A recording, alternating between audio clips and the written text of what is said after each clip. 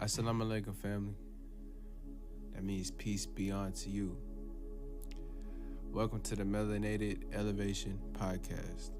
I'm your host, Shanon X, also known as Nuri. Today's topic of discussion will be about the science of affirmations and prayer. All right. Now, before we get into that, I would like to open up in prayer. In the name of Allah, the Beneficent, the Merciful, surely I being turned to Thee, O Allah, striving to be upright to He who originated the heavens and the earth, and I am not of the polytheist. Surely my prayer, my sacrifice, my life, and my death are all for Allah, the Lord of the worlds. No associate has He. Of this am I commanded, and I am of those who submit. O Allah, Thou art the King. There is no God but Thee. Thou art my Lord, and I am Thy servant. I have been greatly unjust to myself, and I confess my faults. So grant me protection against all my faults. For none grants protection against faults but Thee. And guide me to the best of morals. For none guides to the best of morals but Thee. And turn away from me the evil and indecent morals. For none can turn away from me the evil and indecent morals but Thee. O Allah, bless Muhammad and bless the true followers of Muhammad, as Thou did bless Abraham and the true followers of Abraham. For surely Thou art praised and magnified. O Allah, make Muhammad successful and make the true followers of Muhammad successful, as Thou did make Abraham and the true followers of Abraham successful. For surely Thou art praised and magnified in Thy midst. Ameen. All right, so let's just get right into it. So affirmations, right? What are affirmations? You know, when we hear affirmations, it's starting to be saturated in social media and on, TV shows and all of that, right? And this word kind of resurfaced and just went viral during the pandemic phase.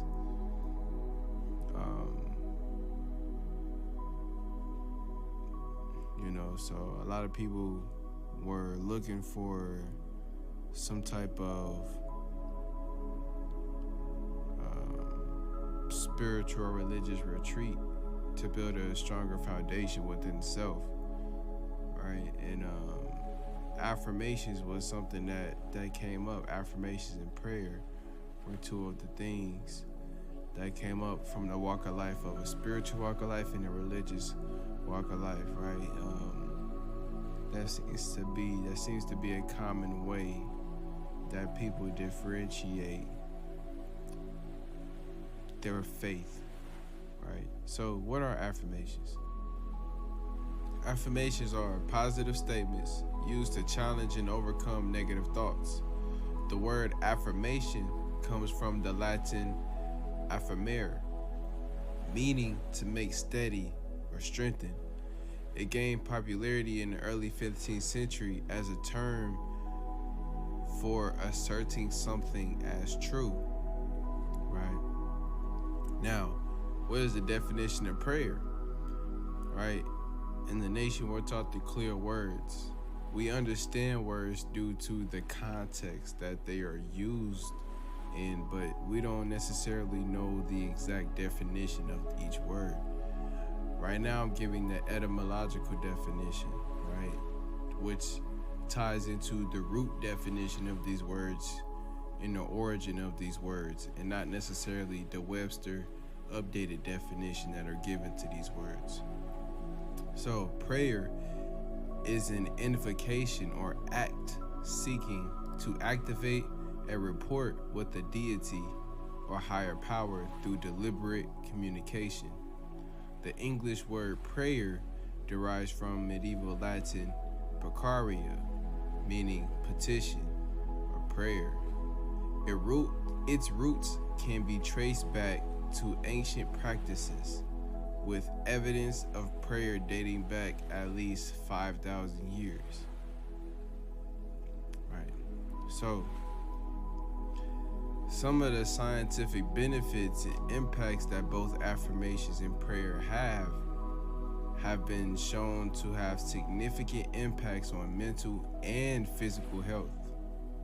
So the first is neurological changes, right? And this deals with the brain. Prayer and affirmations can influence brain activity.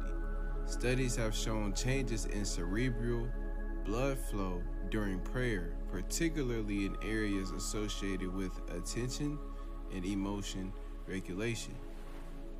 Affirmations have been found to activate brain systems associated with self-related processing and reward, specifically the ventromedial prefrontal cortex.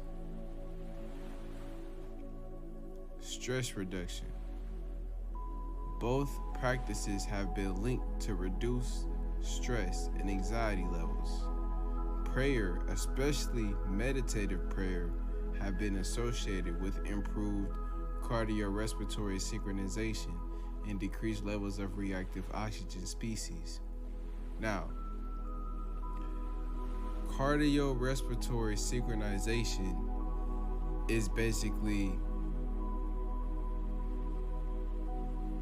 your heart rate is syncing up with the rate of your respiratory system or your breathing, right? Our breathing controls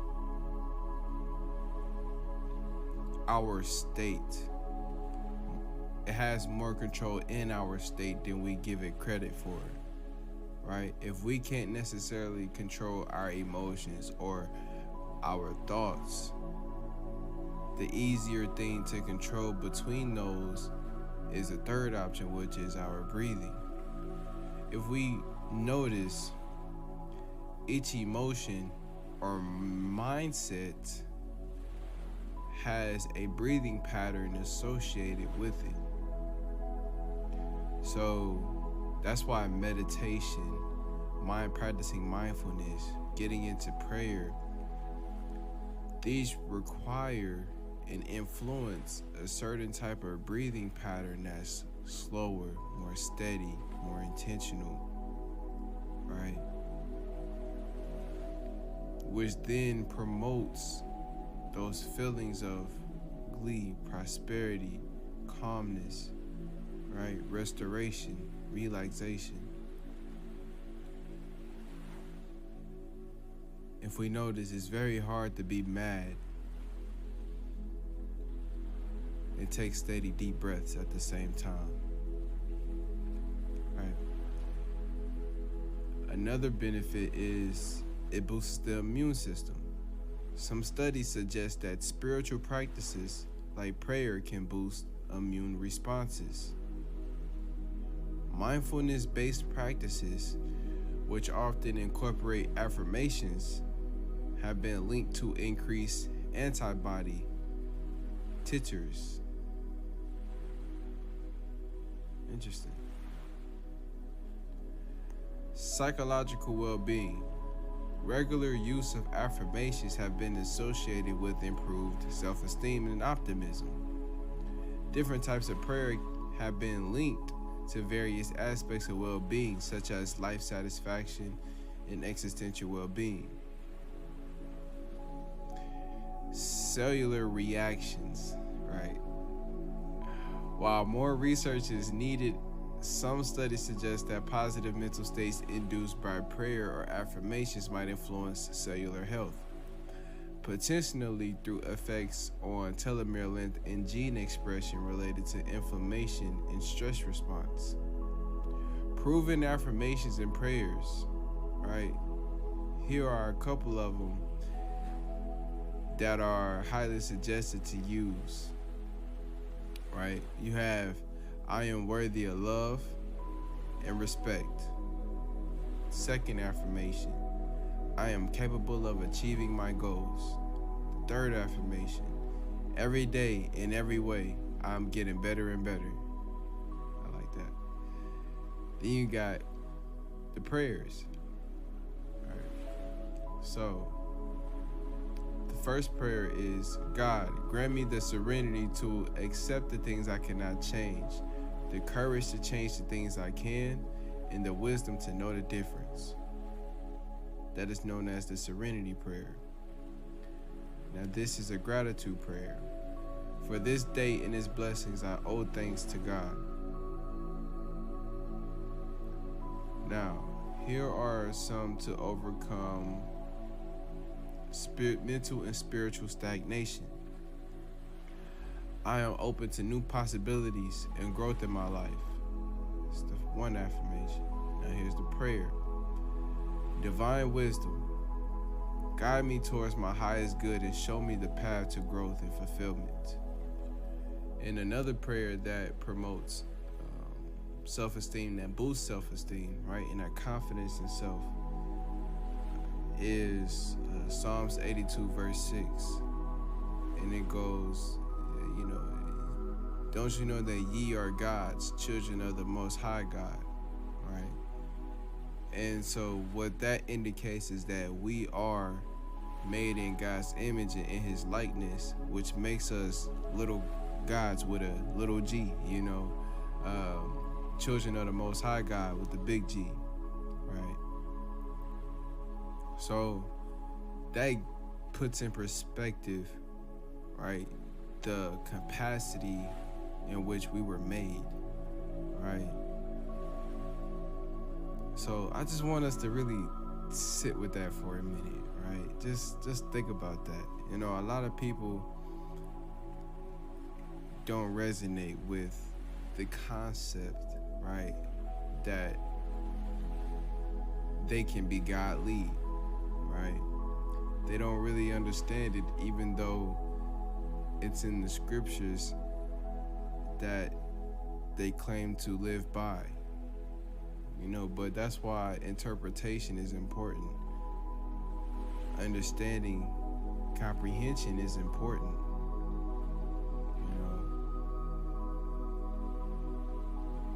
Understanding the context is important, right? And these are just life lessons that we can apply, in all areas of life, where we're not taking certain things personal, we're looking deeper into certain things that may seem surface level, right? We're understanding things in its proper context and content, properly digesting and applying and implementing what it is that we learn. Now, I'm going to play an excerpt of a lecture that Brother Nuri Muhammad was given, talking about the power of affirmations. When negative thoughts are constantly being downloaded into our psyche, it is causing us to have less energy. That's right. Less power. Right. Less ability to achieve. Right. Y'all still all right? Yes, sir. Good teacher. Now, Michael Phelps, you know who he is, right? Yes, sir. Olympic swimmer, the greatest that ever did it. But do you know that Michael Phelps suffered from depression or suffers from depression to this very day? Yes, sir. Go ahead. I'm talking about clinically diagnosed with depression. Go ahead.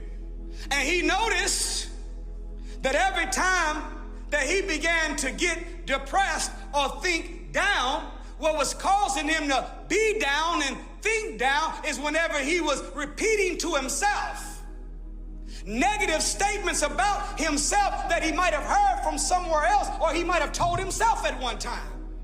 Go ahead. So he decided, you know what? Every time I walk through a doorway, I'm going to say a positive affirmation. Yes, sir. Go ahead. Yes, sir. Go ahead. Inside the house, when I walk from the restroom to my bedroom, that's 2 doors. Walk outside to get the newspaper and walk back inside, that's 2 more affirmations. Right. When I'm out in the mall, when I go into one store, that's an affirmation. When I leave, I gotta say another. Right. When I go next door to another store and leave, that's 2 more I gotta say. Right. Come on. And he noticed that as he began to affirm positive self-talk and positive affirmations every time he went in or out of a door, that he began to come up out of depression. And then he came to the conclusion, well, wait a minute, if every time I get sad, I employ this formula, why not be proactive and just employ the formula all the time? And maybe I never will get depressed again. In other words, his idle time, his free time was being used not as a devil's workshop, but as God's workshop. All praise is due to Allah. I submit to you, what would happen if we made Psalms 82 verse 6 one of our leading affirmations? Come on now. Teach. I promise if we said through every door, ye are all God's, children of the Most High God. That's right. Teach. Every time you look at a black man or black woman, you're looking at God. I am created in the image and the likeness of God. Imagine if you began to say that, you will see spookism die. You will see excuses fade away. You would no longer be effect, you would be 100% cause. You would not need to feel good to do good. You would do good and make yourself feel good. Imagine if we began to say that I'm a child of the Most High God. I am a God. See, what can't God do? So that means every time I read about God, I'm reading about me. And whatever God has done, I can do. All we have to do is figure out the formula God used. First formula that we see in the methodology of God in the Bible and Holy Quran, when he wants to bring things into existence, he speaks it into existence. Is this the truth? He's using words as weapons to bring things into existence. And God said, let there be light. He didn't just hope and wish and think. He spoke the light into existence. And God said, let the stars adorn the heaven. He didn't just think it, he spoke it. And God said, let the firmament cover the earth. Even when it came to the greatest of all creation called man, and God said, let us make man. In the Holy Quran, it says that when God deems a thing, he simply says to it, be, and it is. All praise is due to Allah. This means that words don't just describe reality, but by the law of substitution, words have the ability to create a reality. If words can't bring something into existence that does not exist, why does the scripture say, let the one that's weak say that they're strong? Let the one that's sick say that they're well. Why would God ask us to say while I'm sick, I'm well, unless us talking it can bring it into existence? Why would the God tell us when we are weak to say you're strong unless our words can make us strong? What the Lord of the worlds is saying is that he gave us a mouth to conquer our minds. And if we use it right, I don't care what the enemy has said or what the 6th grade teacher said, or what even what mama and daddy said. If you use your mouth right, you can conquer your mind. So don't get into these little cheap little white people new age affirmations. I'm good, I'm great, I'm proud. No, hell no, you are God. You're a child of the Most High God. You're the father and mother of all art, science, and civilization. You are the ones that built Timbuktu, the city of Atlantis, the Nile Valley civilization. We invented the ballpoint pen. We invented the elevator. We invented the T-top car. We invented the formula for ibuprofen. We invented the security system. We invented the egg beater. And to top it all off, we invented white people. So everything they invented, they got from us because we made them. Top that.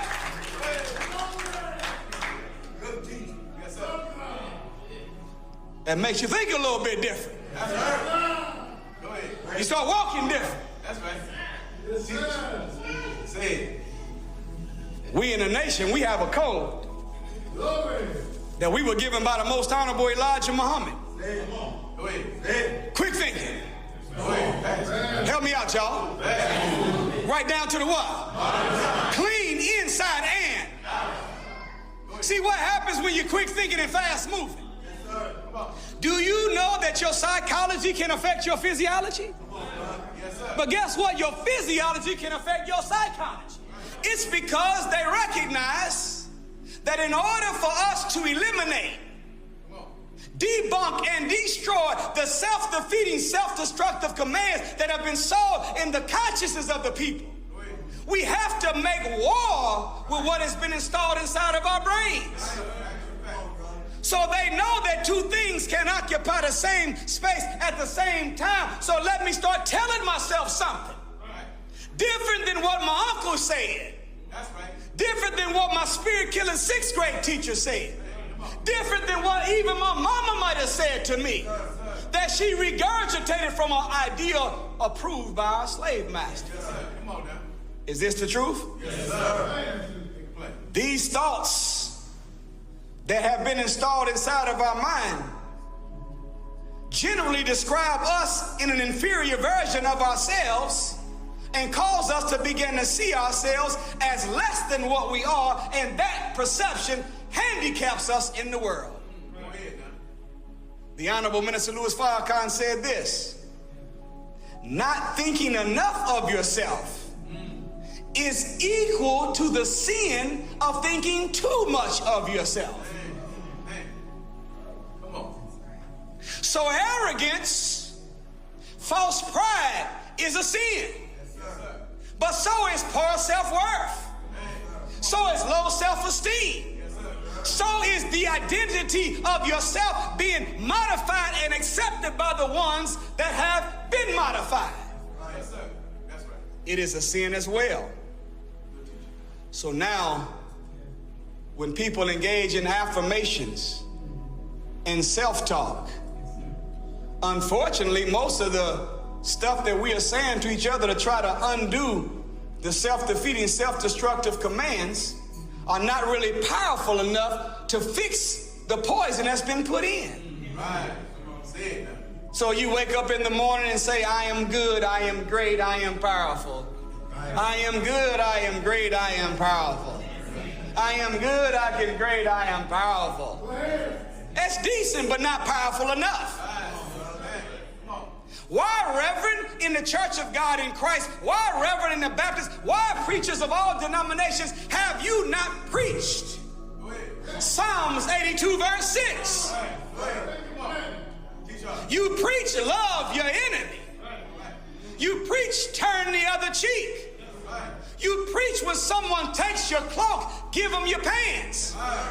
You preach forgive your oppressor. You preach be kind and good to all. You preach mercy. You preach forgiveness. But you don't preach those verses from the scripture that would give the man and woman power to move around in the world and achieve the mission of God and accomplish the goals they have for their life. See, those are some powerful words by that brother. You know, so that's why I had to let all of that play. And this portion is coming out of the book Message to the Black Man by the Honorable Elijah Muhammad. And this is a verse that is mentioned from the Holy Quran, Surah 29, Ayat 45, which is chapter 29, verse 25. Surely prayer keeps one away from indecency and evil. And certainly the remembrance of Allah is the greatest force, and Allah knows what you do. Surely the best way to strive to be upright in a sinful world is to pray continuously to the one true God whose proper name is Allah for guidance. As we are generally sinful and easily yield to temptations, it's only fitting to keep up prayer. Allah, the one true God, has blessed us with the universe, a sun to shine and brighten up the heavens, giving light for us to see, warmth, enabling us to live, and causing vegetation to grow and all life to exist. We reside on the planet through his will, so why should we not pray and continuously thank him for this privilege? He it is who created this atmosphere for us to breathe. He it is who created all good vegetation for us to eat, plus the fowl and other animals which we partake of daily. He it is who created the beautiful atmosphere in which we live, in which we, with our own hands, mutilate and destroy for lack of proper guidance. Prayer is obligatory in Islam, the true religion, and remember Allah's favor upon you in the covenant which he made with you when you said, "We hear and obey, and fear Allah. Surely Allah knows well what is in our minds." O ye who believe, be steadfast in the cause of Allah, bearing witness to inequity, and let not a people's enmity incite you to act otherwise than with justice, says the Holy Quran. Be always just, that is nearer righteous, and fear Allah. Surely Allah is aware of what you do. Now, he it is who is the all-perfect one, who knows our imperfection and pardons most through his messenger. Remember, in the best way for remembrance of Allah God is through prayer. Okay.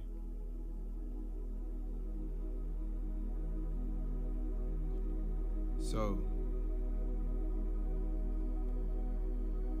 prayer brings us protection, forgiveness, right?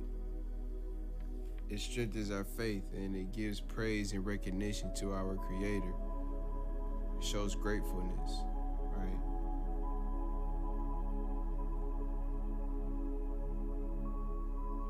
So, the prayer is personal. It's a relationship builder between us and our Creator. Right?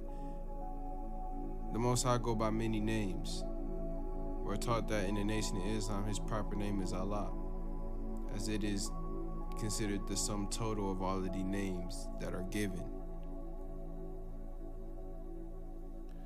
So,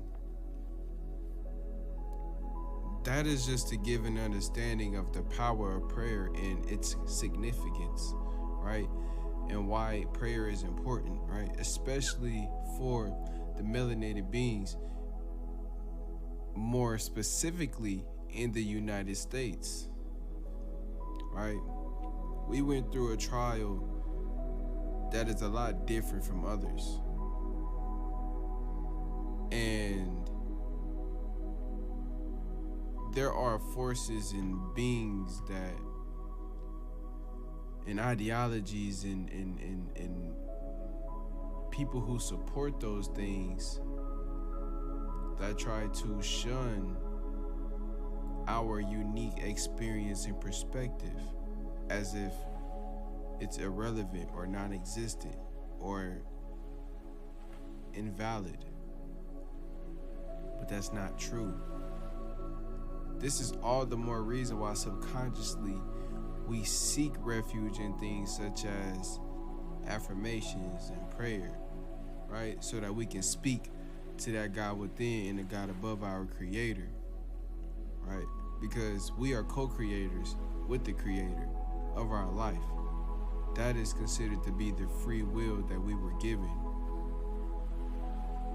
right? Some people say that we don't have free will. That's a different conversation, right? But my perspective on that is Allah gave us the free will to be able to make our own decisions, to be able to know what's right or wrong, and then be able to choose either or, right? That is the definition of free will that I have came to terms with. You know, the argument on that is, if everything is already mapped out and planned out, if all of our decisions and actions are predetermined by the Most High, technically free will doesn't exist.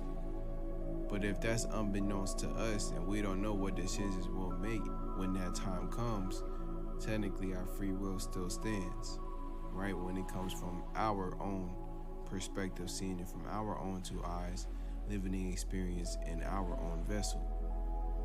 So we have the free will to either act within that God power or act within our lesser lower nature. The free will is just being able to choose between what are you going to do, right? As the brother Nuri was mentioning, we have a low self-esteem. We have a negative outlook on self.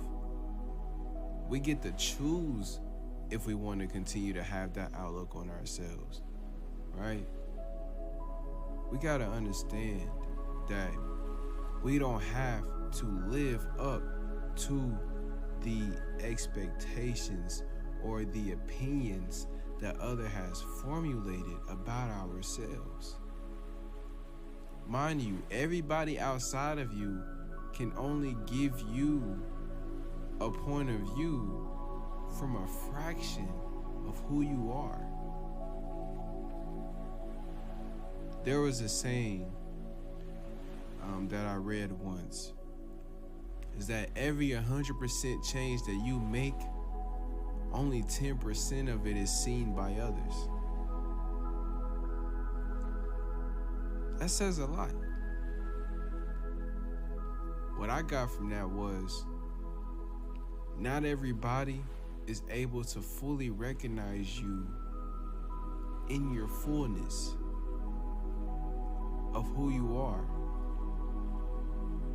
People can only guess or estimate from portions and parts of your being or your psyche of who you are, or have an idea of who you are based on their perception and their knowledge base and the amount of wisdom that they have and the depths that they went within themselves to understand themselves.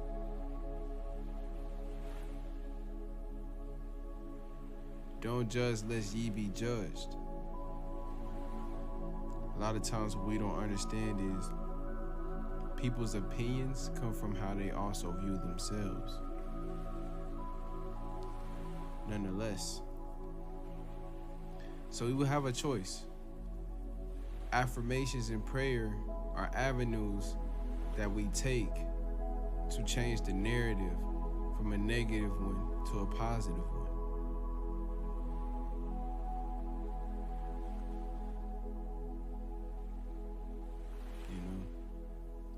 So,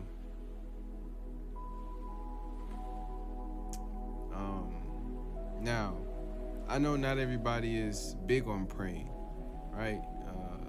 And whether we are aware of it or not, we affirm things on a daily basis, right? So, we just need to understand that, and remember that to affirm is to make steady or strengthen. And, a lot of times we're strengthening a negative bias or a negative narrative, right? And we don't even realize it. And it all comes to our vocabulary, how we speak, what we talk about, the words that we use, right? The energy, the topics that we entertain. Right? You ever heard that saying, what you focus on grows? That is very prevalent within this, right? As above, so below, as within, so without, the law of correspondence. What we see on the outside is a reflection of who we are on the inside. The world that we see on the outside is a reflection of the world that we have within, right? And our ecosystem that is from within is curated by our thoughts, our spirit, our emotions, how we process things, even food, right? Because our stomach has a brain as well. We actually have more than one brain if we really want to get technical with it. So, but I want to get into, these are some impacts on non-regular practitioners of praying, right? So people who don't pray normally, who think it's cliche, or whatever the case might be, for them to not necessarily have a habit or a practice of praying on a consistent basis, right? These are some of the benefits, even for individuals who do not regularly engage in positive self-talk or prayer. These practices has definitely shown notable effects, such as a broadened perspective. Affirmations can help people view threats differently, providing greater perspective and reminding them of source, of self-integrity, not contingent on the threatened domain. Okay. 2 is improved coping. Prayer can serve as a coping mechanism for depression and anxiety, even for those who don't regularly practice it. Now, the third notable benefit is behavioral changes. Self-affirmations have been shown to motivate healthy behaviors, such as increased physical exercise and consumption of fruits and vegetables, even in individuals who don't typically use affirmations, right? So, I'm gonna give you a quick story, right?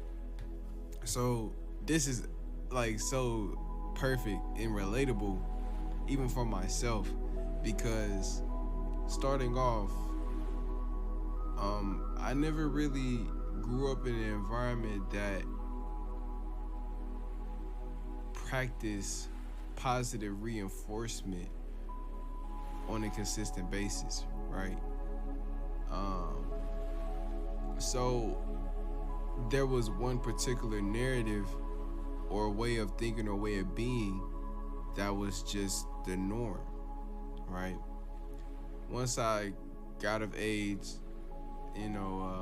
ventured into the world a bit, met other people, got introduced to new perspectives, new ways of thinking, and things of that nature, I started to understand how limited my scope of perception really was on myself and the world around me. And then I started to understand the impact that my ways of thinking and being and saying and processing affected me and those around me. I'm like, man, I was in a moment where I was forced into solitude. I was going through a lot of things. There was a certain line of events that happened that put me in a position where I've had to spend a lot of time with myself.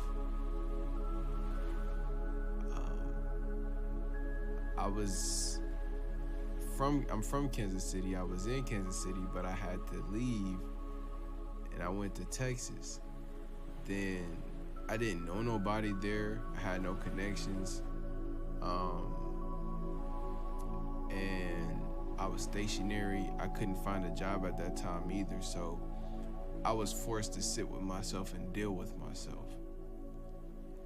Face everything that I ran from. Right? It was a very dark period, a dark, stagnant period in my life. I had to find new ways to cope. I had to find new ways to process, new ways to motivate myself, new ways to strengthen my mind in general.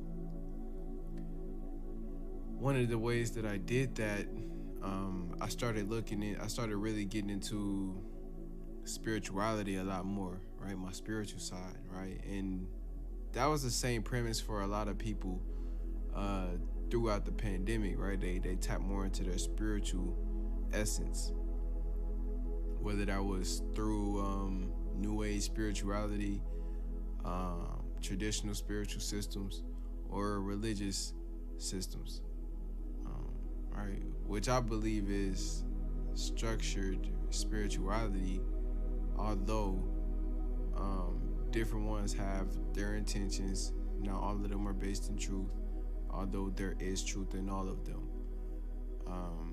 right? But I believe that the Nation of Islam is tried and true, as of today speaking, right? I had no real awareness of the Nation of Islam back then. Although I've seen a video, actually no, I had no awareness of the Nation of Islam back then at the time from now I'm referencing. So nonetheless, I started looking up affirmations, positive binaural beats, right, such as the one that's playing in this background right now. I started to understand the science of sounds and how it affects our body and our cells, right? Our cells are ourselves on a microscopic level, and they're always listening, they're always responding to any commands that we give it on an emotional level, a mental level, things of that nature. Every time we speak, our vocal cords vibrate and our body is vibrating, right? There's a famous quote by Nikola Tesla, and he said that if you want to understand the world, you have to look at it through the lens of frequencies, energies, and vibrations, right? So I've learned that if nothing is really solid and everything is just energies, frequencies, and vibrations, then that must mean anything that appears solid is just vibrating on a certain frequency or at a certain speed to appear solid, right? And so that means that if whenever I speak and my voice is vibrating and I'm a vibrational being, then that must mean that the vibration that comes from the words that I speak is also affecting the vibration of my being in the atmosphere around me. All right, this is like an understanding that I've had at that time. So I listened to those beats and those frequencies. I listened to other spiritual teachers at the time to help maintain and enforce a positive mindset. I started practicing affirmations. Now, at first, I didn't even believe the affirmations that I was even saying, right? But a lot of times, that's what it takes. Because when you are when you are in the motion of shifting your paradigm, changing your reality, changing your narrative, if we've been told one thing all of our lives, it's not instantaneous that we believe what contradicts that. Even if we feel it to be true or want it to be true, it's not instantaneous that we'd always believe that. So, and sometimes we don't believe it because we've enforced those negative ways of thinking and beings, right? So, when I really started getting into affirmations and I wrote some down, I even recorded my own vocals speaking these affirmations out loud, and they're very powerful, by the way. I would definitely suggest recording yourself, like write down the affirmations that resonate with you specifically, right? And that activates that God power within you, right? That activates your best self, your ideal self. Speak those things with confidence and speak of them in present tense as if it's already happening. And just play those back and listen to it. Don't listen to it with a judgmental mindset. Listen to it in a receptive state. Listen to it with the mindset of just being open. I'm just listening. I'm just observing. I'm hearing. I'm being. Be and it is. Kun fayakun, right? So, after a while, I started to believe it. I started to, I am creative. I am a God, a child of the Most High God. I am a positive thinker, right? I do think critically. I do have more to offer than I give myself credit for. You know what I mean? Things of that nature at the time, these were stuff that I needed to hear. I really had a problem with my self-esteem, and sometimes I can admit there are areas and opportunities that arise that informs me that there are some areas in my self-esteem that I can still work on. And that's okay. And that was another thing of being able to just perceive quote unquote threats or confrontational moments a bit differently, right? The negative way to process that would be to get defensive, close ourselves off, remove ourselves so that we're not forced to face those parts of ourselves, those triggers, right? Those traumatic triggers, right? Which are like doorways opening to traumatic wounds that we have, right? And there's certain keys that open certain doors, like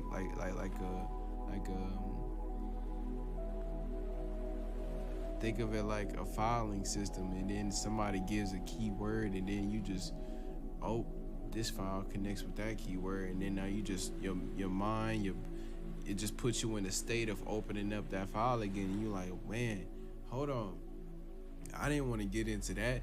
Nah, we get defensive, we get, aggressive, sometimes even disrespectful, right? And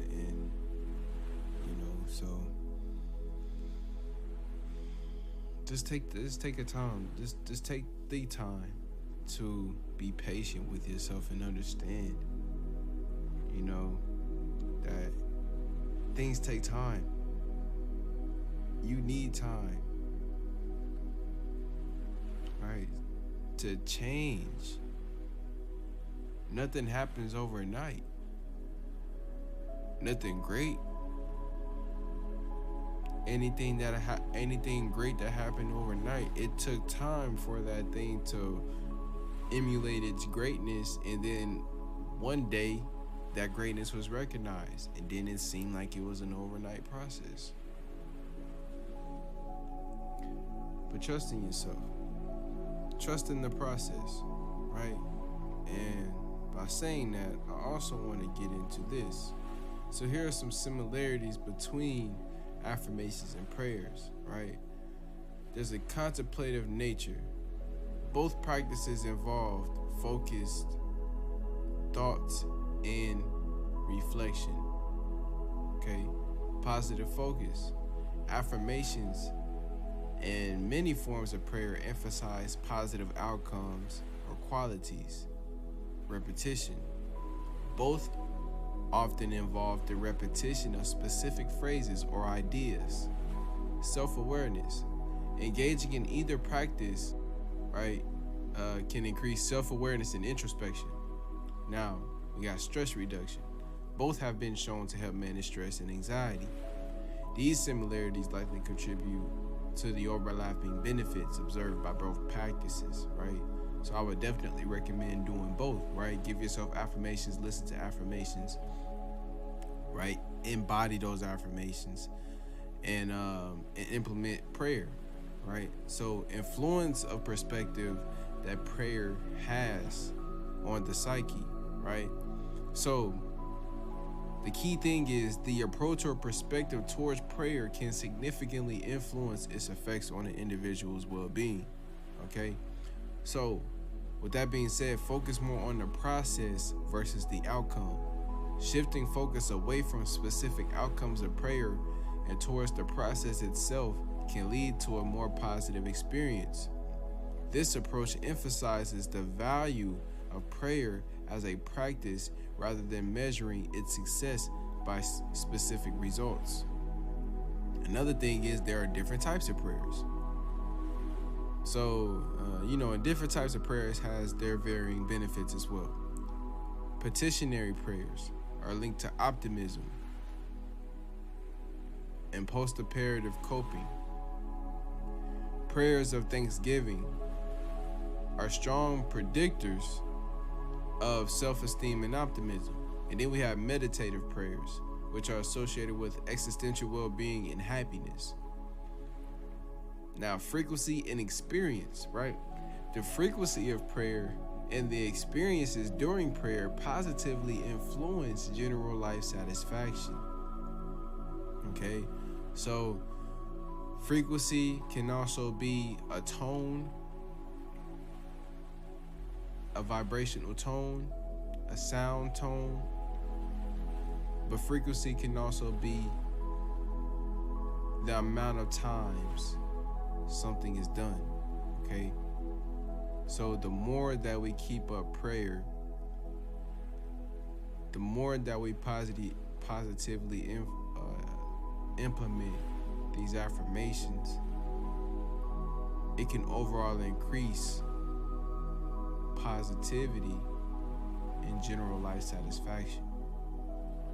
Now, another great benefit of prayer is the mindset shift. So changing one's mindset towards prayer from an outcome-focused approach to one that values the relationship with the divine can lead to a more positive and less self-judgmental prayer experience. In conclusion, both affirmations and prayer have scientifically demonstrated effects on mental and physical well-being. Their impact extends even to those who do not regularly engage in these practices, likely due to the shared characteristics of positive focus, repetition, and self-reflection. The perspective and approach to prayer can significantly influence its effects, with a focus on the process and relationship rather than specific outcomes, leading to more positive experience and overall well-being. Come on, right? So, some things that the Honorable Elijah Muhammad emphasized about prayer and self-improvement and how they're closely linked is that the process of heeding truth and right guidance through prayer brings about a transformation in the believer. Self-improvement actualizes Allah's power to make complete his or our whole make. Prayer and self-development are essential components of establishing the kingdom of God, or Islam, on earth. Right? So, and then here are some things that the minister had to say, expanding on these teachings of how prayer is synonymous with spiritual growth. Prayer is a part of a struggle to gain mastery over oneself, bringing one closer to God. The goal of prayer and self-improvement is to become a soul at rest, well pleased with God and God well pleased with the individual. This process involves overcoming challenges at every stage, with periods of ease to build strength for the next stage of struggle, right? With difficulty comes ease. Okay? So, here are some practical approaches when it comes to the guidance of prayer. Acknowledge God's will in all plans and aspirations. Use prayer as a means of establishing cognitive connections with the divine, other humans, and oneself. Follow a formula for personal prayer that includes starting with gratitude, seeking forgiveness, make a request, and closing with gratitude. Okay? So,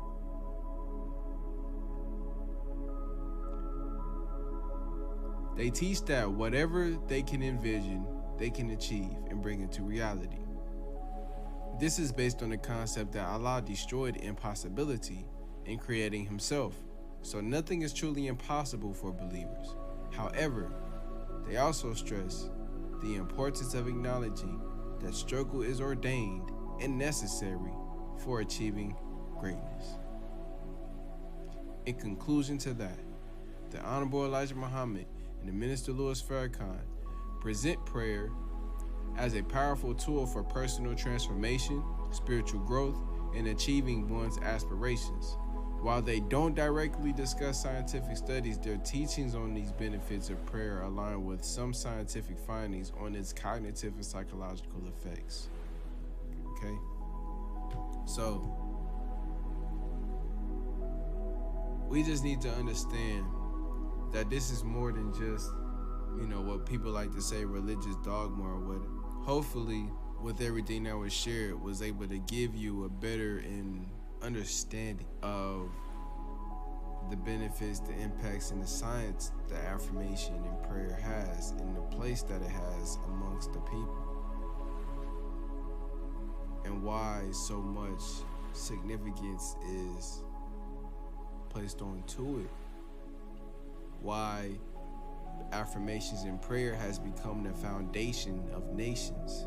So on that note, will you make affirmations and prayers a part of your foundation to strengthen your inner community of self? I leave you in the greeting words of peace that I've met you in, of Assalamu alaikum, which means peace be unto you. Peace, love, and elevation, family. Till next time.